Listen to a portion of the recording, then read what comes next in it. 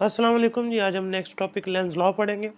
आपने Faraday law of electromagnetic induction देखा, उसमें जो नेगेटिव साइन आता है उसको एक्सप्लेन करने के लिए ये है।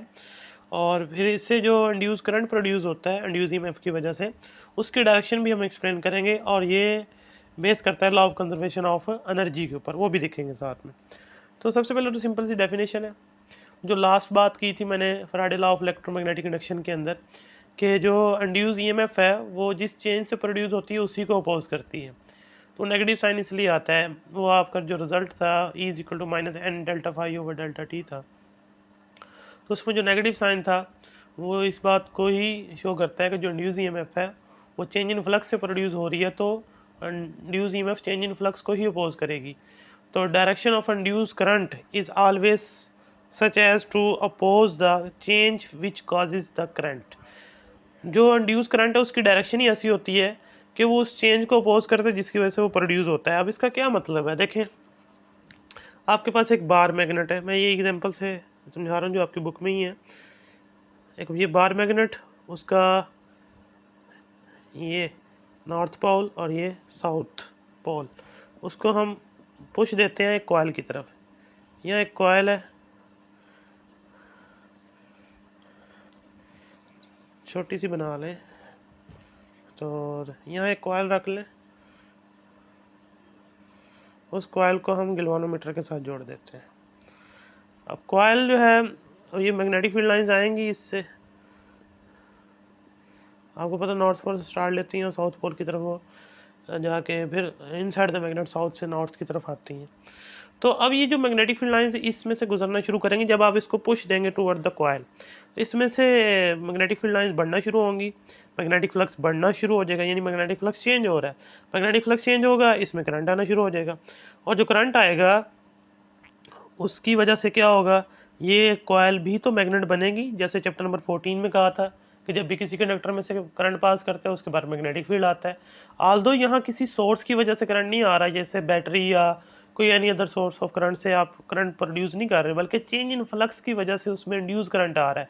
अब ये करंट कैरिंग कॉइल तो है, बेशक वो इंड्यूस करंट है, तो वो जो करंट कैरिंग कॉइल है वो बार मैग्नेट की तरह एक्ट करती है। तो ये जो कॉइल होगी ये मैग्नेट बन जाएगी, और जो मैग्नेट बनेगी तो इसका नॉर्थ पोल और ये साउथ पोल इस तरह से इंडिकेट करेगा।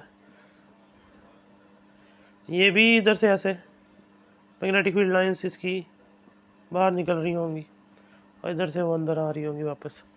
तो अब देखें, ये जो कॉइल थी करंट कैरिंग कॉइल बन गई, जब तक बार मैग्नेट इसकी तरफ आ रहा है, मूव करवा रहे हैं तेजी के साथ, फ्लक्स चेंज हो रहा है, इसमें इंड्यूस करंट आएगा, इंड्यूस करंट आने की वजह से ये करंट कैरिंग कॉइल बन गई। करंट कैरिंग कॉइल जो है वो as a bar magnet act करती है। 14 चैप्टर के अंदर आपने पढ़ा भी था, एम्पेयर लॉ की एप्लीकेशन भी थी। तो इसका नॉर्थ पोल जो है वो सामने वाली जो साइड फेसिंग साइड है वो नॉर्थ पोल बनता है। तो अब जो बार मैग्नेट हम पुश दे रहे हैं उस तरफ, उसका भी नॉर्थ पोल है सामने, कॉइल का भी नॉर्थ पोल बन गया, रिपल्शन होगी।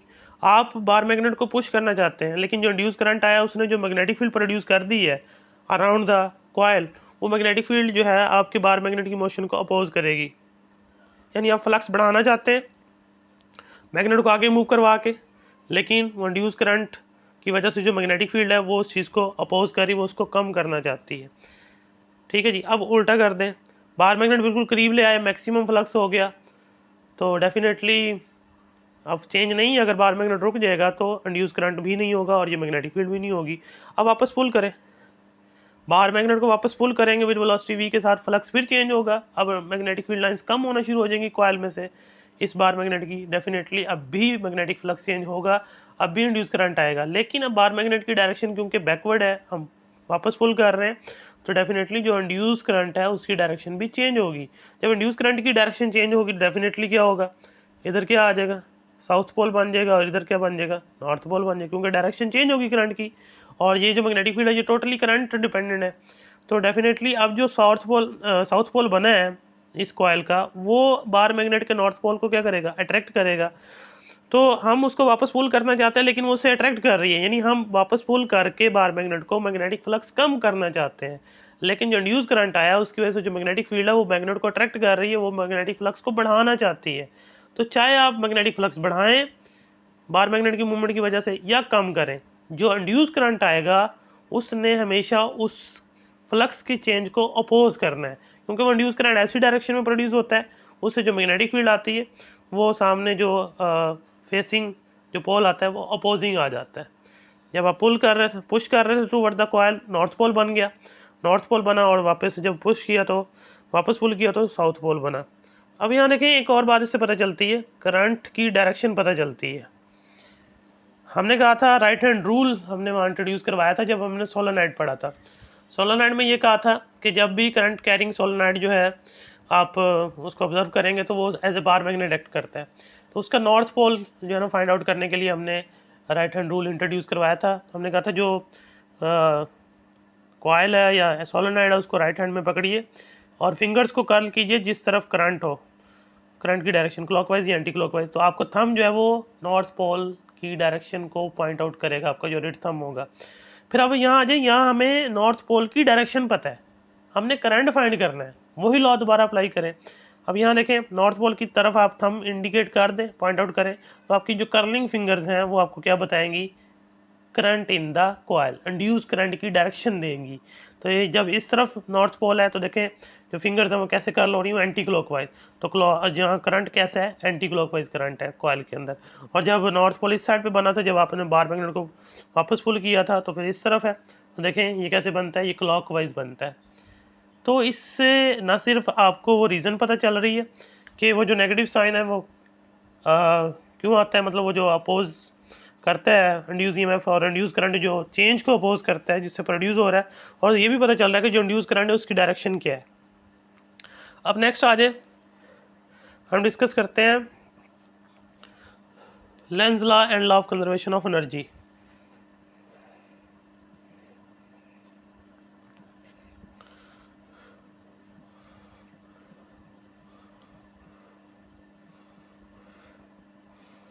देखिए आपने जो पिछले 2 टॉपिक पढ़े वो एक एक्सपेरिमेंट पे थे। हमने एक रॉड को मूव करवाया क्रॉस द मैग्नेटिक फील्ड, तो फिर हमने इंड्यूस ईएमएफ कैलकुलेट की। अब भी वही एक्सपेरिमेंट रिपीट करेंगे, लेकिन अब इसमें हम लेंज लॉ की बात करेंगे और जो नेगेटिव साइन है उसकी बात करेंगे। ये वही मेटल रेल्स जो आपने पहले देखी थी, इनके ऊपर एक कंडक्टिंग रॉड होगा यहाँ पे, इनको हम एक्सटर्नली मूव करवाते हैं और उसके अंदर पॉजिटिव चार्ज जो है वो भी मूव करता है विद वेलोसिटी v और फोर्स फील करता है, तो आप फट जाता है वो। यहाँ हम गैल्वेनोमीटर लगाया था, तो ये हमारा जो था ए, ये बी सी और ये सॉरी ये वाला था, ये ए बी सी और डी, ये आपकी बुक के अकॉर्डिंग रखे हैं।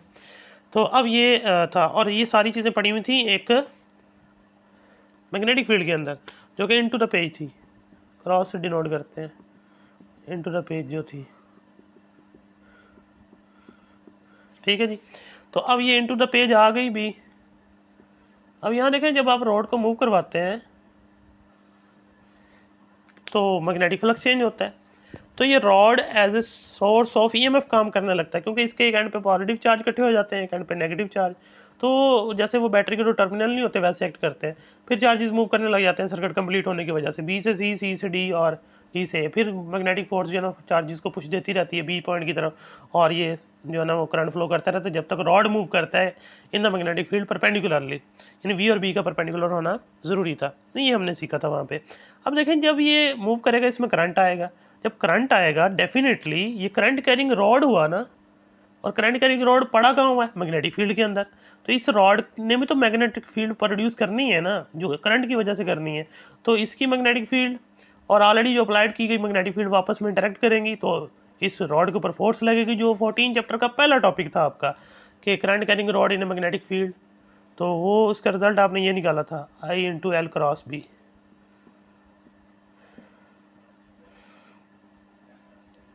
देखें यहाँ कंडीशन थी लेंथ ऑफ द रॉड और मैग्नेटिक फील्ड परपेंडिकुलर होनी चाहिए, तब ही फोर्स एक्ट करेगी। अब यहाँ देख लें, ये लेंथ की डायरेक्शन हम करंट की डायरेक्शन में लेते हैं, तो यहाँ करंट ए से बी की तरफ जा रहा है, तो डेफिनेटली जो अब लेंथ है उसकी डायरेक्शन भी ए से बी लेंगे, तो लेंथ की डायरेक्शन और मैग्नेटिक फील्ड की डायरेक्शन वो परपेंडिकुलर है, क्योंकि बी × द पेज है, पेज के अंदर की तरफ, और ये लेंथ है ए से बी, तो ये परपेंडिकुलर है, ये फोर्स एक्ट करेगी, और ये फोर्स इन दोनों वेक्टर के ऊपर परपेंडिकुलर होगी। पाम रूल हमने एक्सप्लेन किया था जिसकी मदद से हम फोर्स की डायरेक्शन एक्सप्लेन करते थे। तो पाम रूल क्या था कि आप फिंगर्स को मैग्नेटिक फील्ड की डायरेक्शन में पॉइंट आउट करें, थंब को आप लेंथ की डायरेक्शन यानी करंट की डायरेक्शन में पॉइंट आउट करें, तो पाम के ऊपर जो परपेंडिकुलर आएगा वो फोर्स की डायरेक्शन देगा। तो ये इस तरह की सिचुएशन बनती है। ये जो फिंगर्स हैं ये मैग्नेटिक फील्ड को शो करती हैं इनटू द पेज। थंब जो है देखें ए से बी वो करंट को डिनोट कर रहा है, और पाम के ऊपर जो परपेंडिकुलर आएगा जो कि इस तरफ होगा और वो फोर्स की डायरेक्शन शो करता है। अब फोर्स किस तरफ आ रही है ज़रा देखें, रॉड की मोशन के ऑपोजिट आ रही है। ये फोर्स अपोज करेगी मूविंग रॉड को, यानी हमें एक्सटर्नली मैकेनिकल सोर्स से रॉड को मूव करवाना होगा, तब ही ये रॉड मूव करेगा। और साथ में जो है ना वो आपको इंड्यूस करंट और इंड्यूस ईएमएफ मिलेगी। मींस कि उस इंड्यूस ईएमएफ का जो सोर्स है वो हमारा मैकेनिकल जो एक्सटर्नल सोर्स है जो रॉड को मूव करवा रहा है वही है। मींस टू से वही जो आप मूव करवाने के लिए एनर्जी प्रोवाइड करते हैं वही मैकेनिकल एनर्जी इलेक्ट्रिकल एनर्जी में कन्वर्ट हो जाती है। इलेक्ट्रिकल एनर्जी कहीं से जनरेट नहीं होती, वही मैकेनिकल एनर्जी इलेक्ट्रिकल एनर्जी में कन्वर्ट हो जाती है। चार्जेस फ्लो करने लगते हैं, इलेक्ट्रिक करंट आता है। अब ये फोर्स ने जो है ना अपोज करना ही है अकॉर्डिंग टू लेंज लॉ। अगर ये अपोज ना करती, सपोज कर लें एक मिनट के लिए कि वो इस डायरेक्शन में एक्ट ना करती, अपोजिंग डायरेक्शन में एक्ट ना करती, बल्कि वो वी की डायरेक्शन में एक्ट कर देती, एक मिनट के लिए सपोज कर लेते हैं ये बात, तो फिर क्या होता? आप रॉड को मूव करवाते, फ्लक्स चेंज होना शुरू हो जाता है, इंड्यूस करंट आ जाता, इंड्यूस करंट आता ये फोर्स भी आ जाती, क्योंकि वो current carrying rod in magnetic field बन जाता। जब वो फोर्स भी आ जाती तो ज़ाहिर सी बात है आप एक्सटर्नल फोर्स बेशक रिमूव भी कर देते, तो इस फोर्स की वजह से रॉड मूव करता रहता है और उसका फ्लक्स चेंज होता रहेगा, आउटपुट पे आपको करंट मिलता रहेगा, यानी विदाउट इनपुट आप आउटपुट ले रहे हैं। सेल्फ प्रोपेलिंग सिस्टम बन गया ये तो ये बेसिक जो लॉ है law of conservation of energy उसकी वायलेशन हो गई। यानी आपने कोई इनपुट नहीं दी, कोई एनर्जी प्रोवाइड नहीं की, फिर भी आपको इलेक्ट्रिसिटी यानी कि इंड्यूस करंट और इंड्यूस ईएमएफ आपको मिल रहा है एज ए आउटपुट। तो इसलिए जो लॉ लेंज लॉ है वो बिल्कुल अकॉर्डिंग है law of conservation of energy के। इसलिए इसका कंक्लूजन यही निकलता है कि Lenz law is in accordance with the law of conservation of energy.